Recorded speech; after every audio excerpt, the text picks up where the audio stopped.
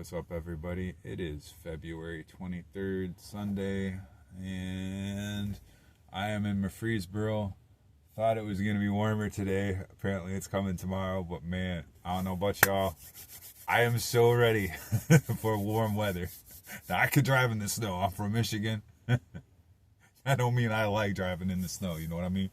But, so I am still working on these two, getting your own authority videos. One of them just the steps to get your own authority, and then one is a prime specific, jumping to your own authority. I am trying to make sure I have all the hyperlinks and make those a kind of video where you can just watch it and do the steps and really be like a complete, not just a perspective, but like a more tutorial based.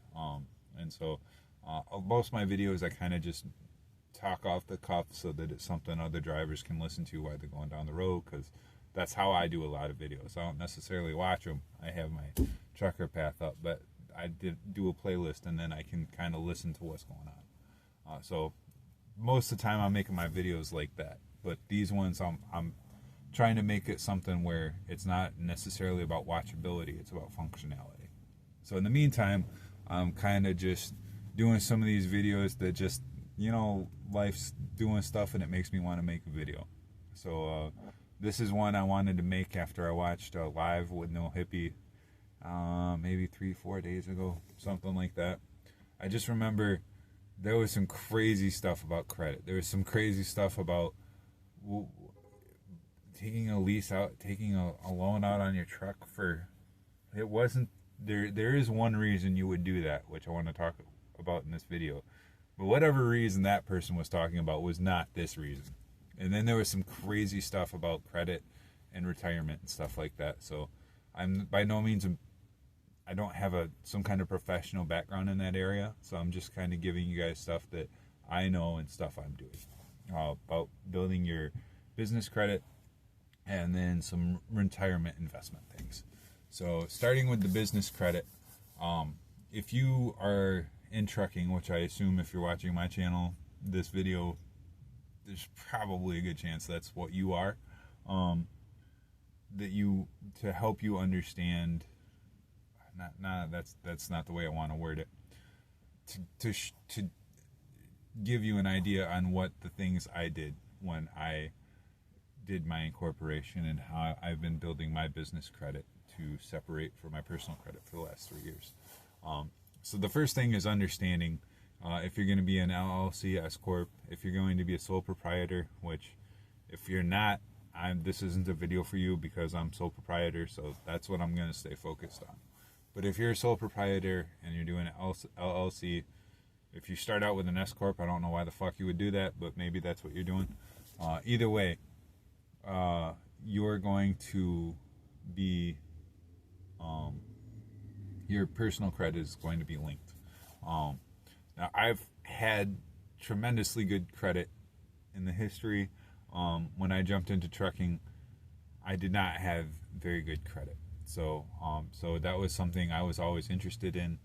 With me, I'm on an LLC, and part of what legally protects you in an LLC is actually separating your credit and separating your bills. So for instance, like in court, if for whatever reason you do have a liability case, if your personal phone is linked, if you're using your personal phone as your regular phone, if you're using your credit and taking out loans in your name and then put it into the business, you can have an LLC.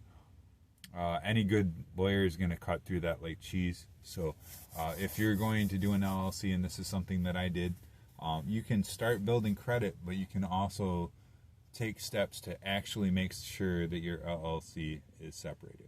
Now, if done right, LLC will give you legal separation.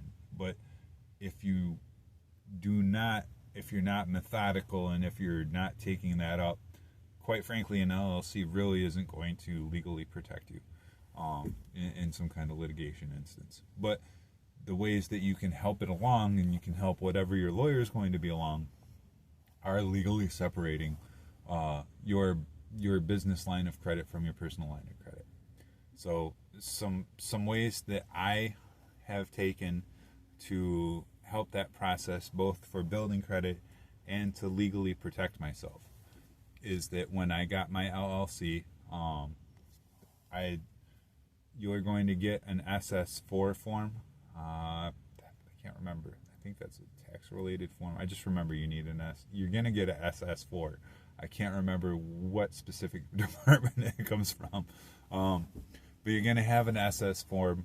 So one of the quickest ways that you can both build credit and you can protect yourself is to get a business phone. Do not make personal phone calls on the business phone. Business phone is for business. If you're using Prime, put your Prime app on your business phone. All of your callers with shippers and receivers go to your business phone. All of your personal calls go to your personal phone. No Facebook on your business phone. No, none of that stuff. Very methodically make your business phone business. Make your personal phone person. Do not cross-pollinate that shit. Keep them separated. Now, when you do that, one of the easiest things you can do is get a phone in your name. That's going to start building a line of credit with the ongoing bills.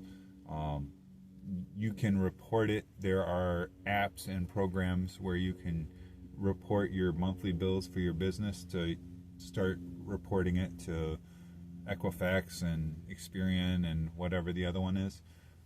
That start showing a chain of credit. But for doing that, or for doing most of these little things like getting a credit card or something like that, you're going to need this SS4 form. You're going to need your doing business as, I use Duns and Bradstreet, and then you're going to need your EIN. Now, when you have those, when you have those two, and you start building, eventually, when you have enough established, that will start separating to where you can look for a loan or something like that, and they'll go off of your business line of credit with enough history instead of your personal credit. But you can start simple.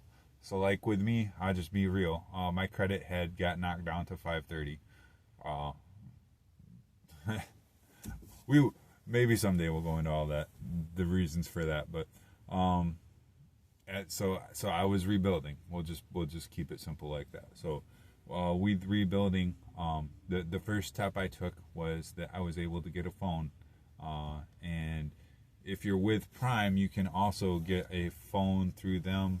You got to get a Samsung or an iPhone. I think it's through T-Mobile.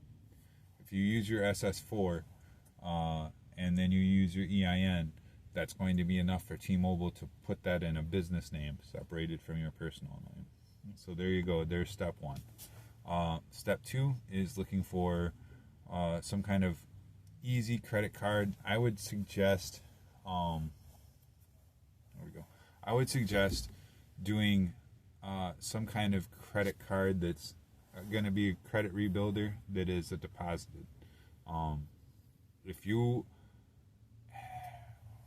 Let's put this in there. If you are somebody that can't go in the store and see something flashy and not buy it, then skip this step. Credit cards can help you build credit, but you have to be very disciplined in how you use them. You have to use, you can get, I used two because I knew that I was going to be doing simple charges. So I'd have two of them, and I would actually have one pay my phone bill, and then I would have one where me and my wife will go out to eat like once a week, or about once a week. I would do a hit on it. When my credit limit they both started with $50. When those credit limits started with $50, I would only spend about $10. If it's $100, don't spend more than $20. You want to make a hit, you want to build it, but you want to make it very manageable, and whatever you do for credit, you want it to be less than half of what your limit is. You don't want to make it look like you're kind of teeter-tottering. Not sure how else to put that, but you want to make a consistent hits on credit that show you're using it, but that you're not endangering going to your credit limit. The other thing is that if I do those, I would wait maybe 3 or 4 to 5 days, and then I would pay it. Credit companies, and especially when you're doing a loan for a bank, they want to know that they're getting some kind of money out of it. So that's really just a step. I was always told, and as long as you don't get into a delinquency, I found that to be a really good credit building way. So first thing is get something like your phone in your name. Second thing is get 1 or 2 credit cards. If you have a bank with a credit building program, I would just default to talking to them. They might have some options to some kind of credit card option where you're a little more connected to your bank account and easier to pay. Some banks have them, some credit unions have them, some do not. Something else I did, and this kind of speaks to whatever that dude was saying about buying a truck for credit building or something. I can't remember exactly. Whatever it was, it is not what I'm about to talk about. It was taking a loan out against your truck. So the only reason that I would take a loan out against your semi truck would be if you do not have another vehicle to take a line out. Now, if you have a vehicle that's been purchased within the last 10 years, like I actually have done this with a Ford Transit that I have, a 2017 Ford Transit, which I had always had in the wing so that if I didn't like trucking, I could immediately jump to having a Sprinter van business. That was always the logic. That's why I got that vehicle. It's a 2017, so as long as it's within the last 10 years. So say when I had 530 credit, first thing I did was I got the phone line. Then I got these credit building credit cards, and then I took out a loan, not on the semi truck, but on my personal vehicle. And I only took out a loan for $1,000. The vehicle was worth $8,000 or $9,000 at the time. And what you're doing with that is building credit, because the collateral is completely covered. Even if you have really bad credit, this is a way you're going to be able to get a vehicle loan before you can buy. Like if you go try to buy a brand new lease of a vehicle, you're going to need a higher line of credit. If you're trying to rebuild your credit and you have a vehicle that meets these criteria, then you can take out a loan like that. Now, just like the credit cards, if it's worth $8,000, don't take out a loan for $7,500. Mine was worth, we'll say $8,000 for the sake of argument. I took out $1,000. I immediately put $250 back on, and then I scheduled the payments one month out to pay it off in 6 months, so that I did pay off, just like with the credit cards, paid it off well before the deadline, but also enough to show that I was making payments and I wasn't going to hurt the bank by paying it off too quick. Sometimes if you take out a loan, if you pay it off too quick, the way the credit is structured, it kind of ends up going back to bite the people that helped you get the loan in the ass. Actually, Lyle talked about it a little bit, about how you structure the loan and how quickly you pay off can make the people you're working with it can financially be less beneficial for them. We'll just simplify it like that. So if you have a vehicle, take out that 6 months. If you do it again, once you're done with that, if you're still working on building credit at that point, then you can do it again. But the dude that was talking about doing that against your truck, the interest rates are going to be ridiculous. I would just definitely skip that step and go to a personal vehicle. And maybe there's somebody that only has a semi-truck and not a personal vehicle. If you've somehow paid off your semi-truck and you have bad credit and you don't have a personal vehicle, I guess maybe you could do something like that, but the odds of that seem pretty ridiculous. So, I suppose I don't even know at that point if it would be worth the interest rate, quite frankly. But I suppose if you had no other options, that's something you could do. So those are a couple credit building things I did. Again, establishing these things using an SS4 when you're doing business as in your EIN. will help separate your business credit from your personal credit. So those are some tips that I use that's been helping me separate my line of credit. And again, if you are not, for the credit building part, it really doesn't matter if you cross-pollinate, but for a legal separation and for legal protection, to really get your LLC to be limited liability as much as you want it to be, you should always be very disciplined and not mix those things. So, like I said, even with my Sprinter van, that is considered a company vehicle. I don't use it for personal things. I have another personal car, which my Porsche. I that's a whole other story. Maybe sometime. That was a landmark in my life to get that vehicle. So I'm not saying go out and get a great vehicle. That was just one that was an important goal thing for me. So with that, move into retirement. Now again, I am not some kind of professional whatever. I'm telling you what I do and how it works for me. And also, so I can explain the story that I said on there. So I have, currently, I have 4 different ETFs, 2 bonds, and then 2 IRAs. A gold-backed IRA, and my other IRA is from 1998. I couldn't even tell you. I know it's maturing over time, but I don't remember what that IRA is. I did ask Lyle what he thought about IRAs, and so in life, I found even if you think you know everything there is to know, sometimes somebody's going to surprise you. So if there's somebody that's competent about something, and which I think Lyle knows a lot more about some of these things than I do, but anytime I see somebody who makes me go, wow, that dude knows a lot more than I do, and I think I know a lot, then I always want to ask them, because you never know what you don't know.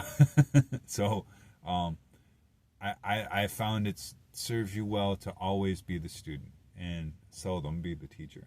So even like when I say with this, I want to always be careful to say, like, I'm not coming at you from a place of telling you I know how it is. I'm telling you what I'm doing. I want to always keep that perspective of I am somebody who's always learning, no matter what the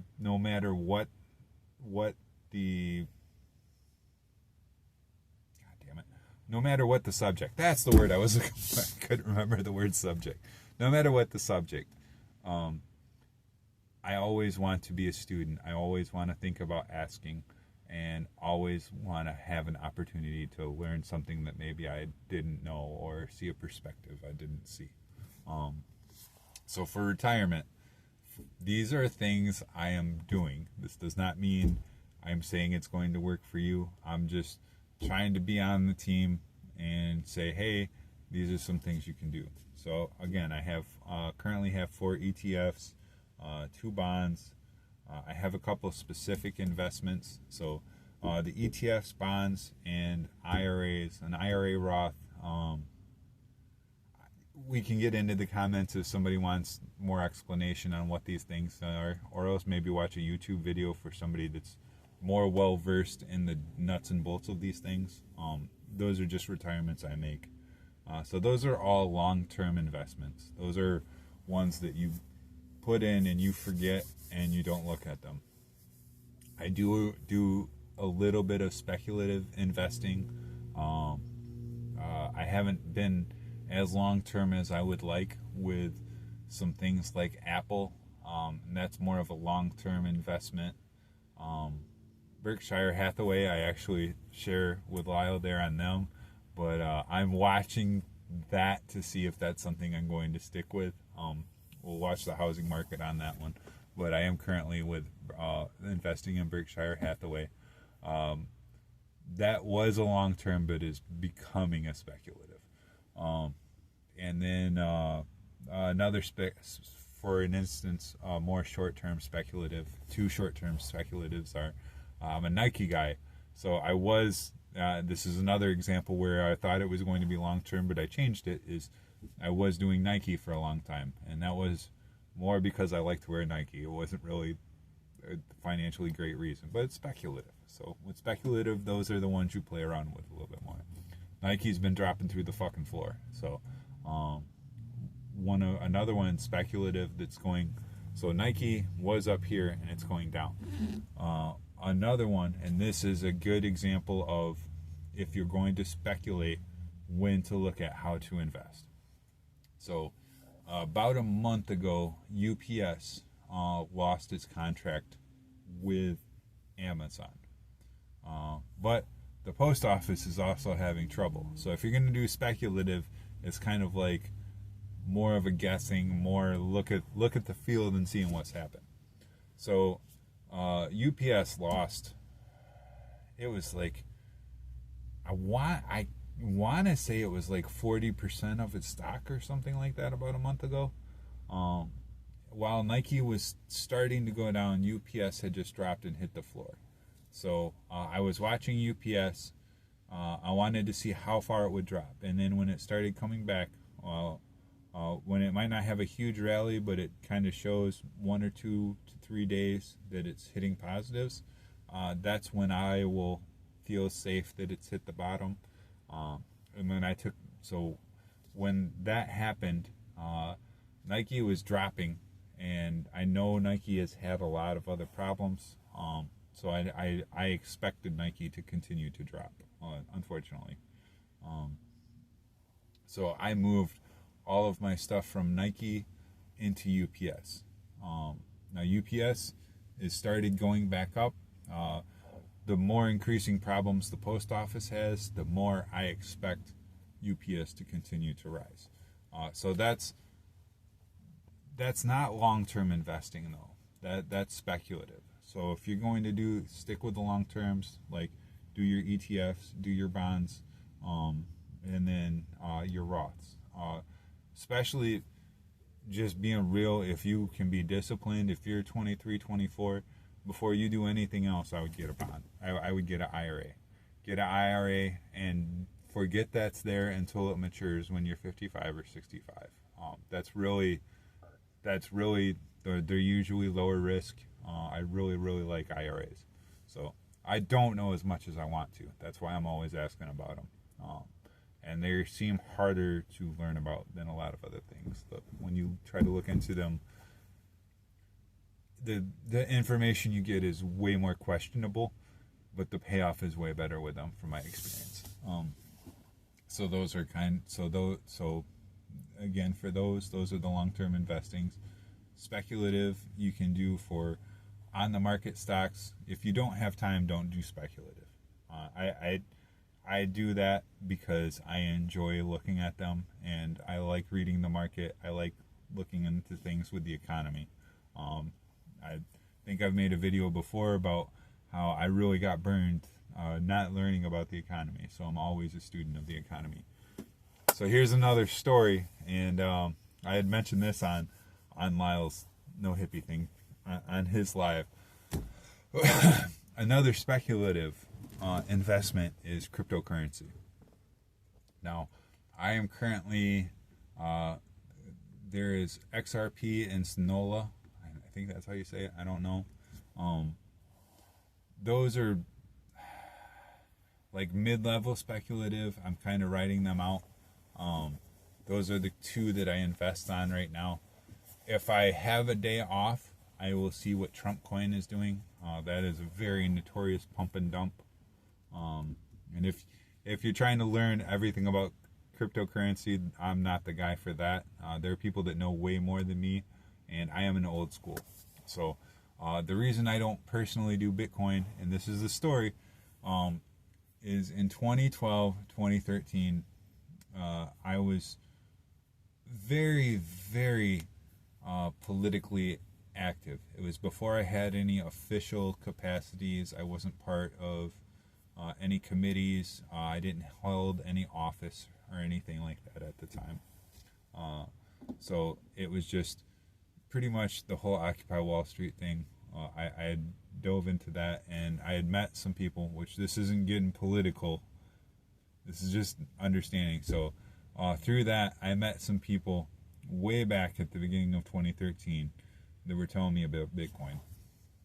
So it was something I kind of took interest in, and I mean, it seemed really complex. That's what I remember when they first started telling me, is it seemed really, really complex. And so one of my friends just said, hey, just let me come over one night and I'll kind of show you how to mine, and we'll set you up a wallet.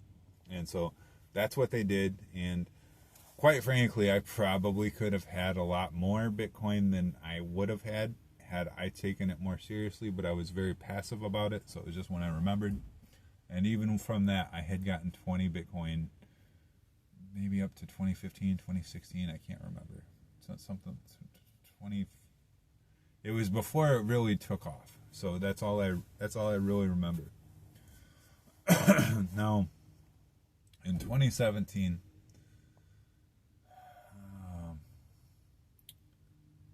there was an issue. We'll keep it vague. Maybe someday I'll talk about this too. But there was a lot of moving parts. But so the quickest thing to say is that I had ran for political office in Kalamazoo and wanted to go after some of the billionaires that I knew. Coincidentally, we'll say it like that, there ended up being an investigation that I was going to pay that I didn't pay my electric bill, and so my house ended up being condemned for an investigation, and then I came home to grab my stuff, and there was somebody that said they were checking on my water, or checking to make sure my water pump was turned off or whatever. And that guy, I ended up, that dude, I just remember he had really nice shoes on. I was like, wow, those are some really nice shoes. And then I started taping them. I don't even know if this is worth talking about.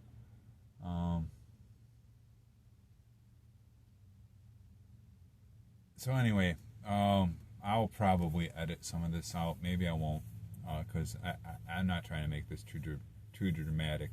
It's just, you start talking about memories and it makes a moment sometime. So anyway, we'll finish this out, and maybe I will keep it in, maybe I won't. So that guy ended up leaving.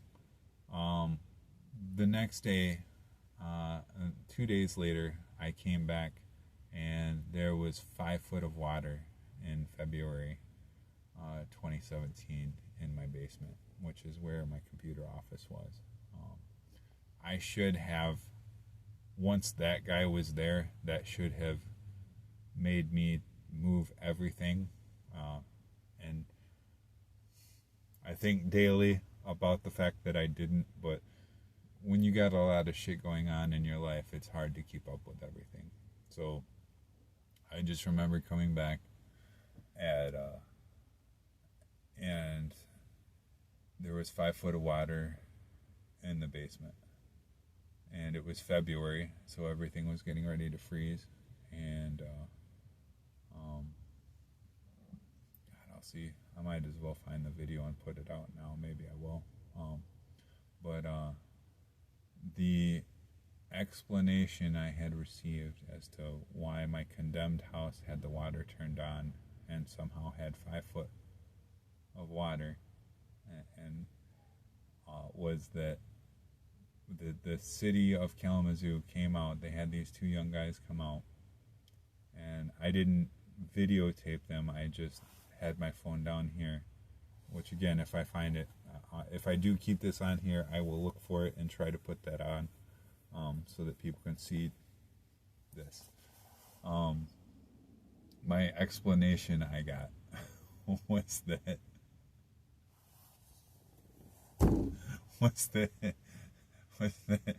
they were doing work down the street, and because they had a manhole down the street, the wind had came down and turned only my line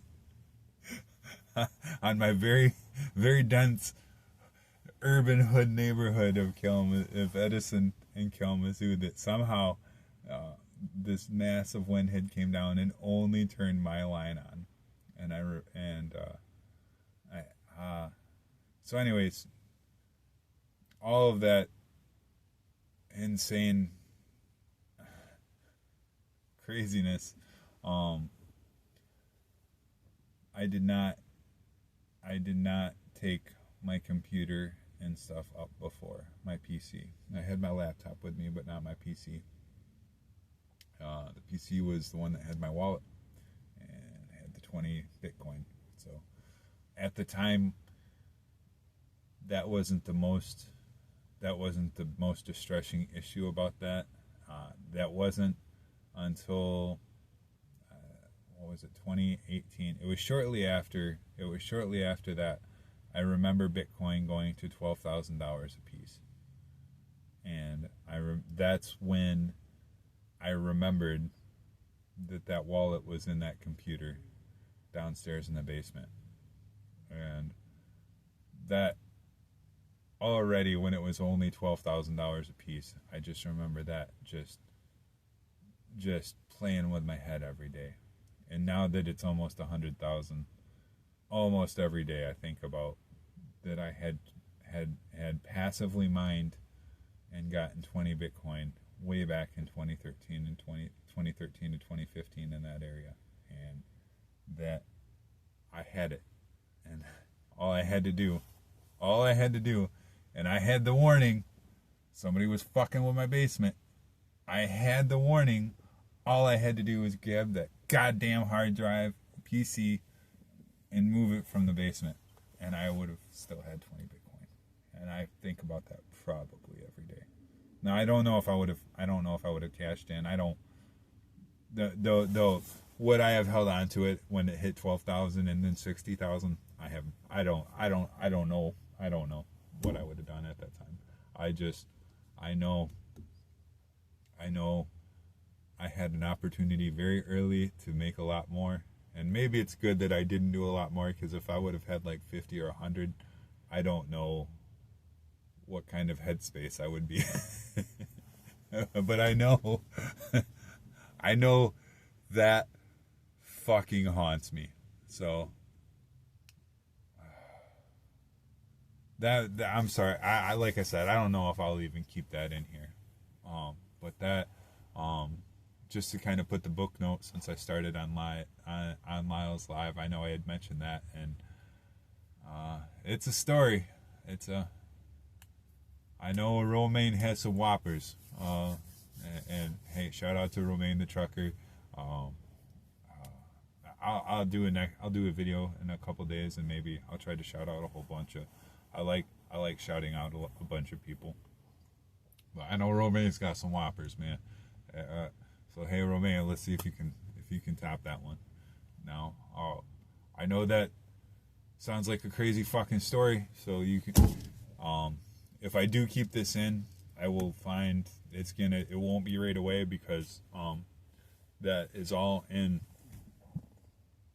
like S8 Samsung that I think I have in my storage unit. So I gotta get it. But I will dig that out. But yeah, that's why I don't fuck with. I cannot bring myself to do Bitcoin because of that. But I do other cryptocurrencies. So anyway, I left with the crazy ass. I kind of took a left field, but fuck it. I'll make it for the video anyway. Probably just because. Whatever. I'm talking about my experiences and why my experiences inform my decisions. So that's it. So all right, we'll stop there. I'm gonna make another more hypothetical video about autonomous trucking stuff here in a couple of days. That's a hypothetical. I'm not trying to really make a very big push or debate or get too serious about that. It is something I think about. Anyway, that's a whole other video. We've made this video 35 fucking minutes long. So all right, man. You guys take it easy.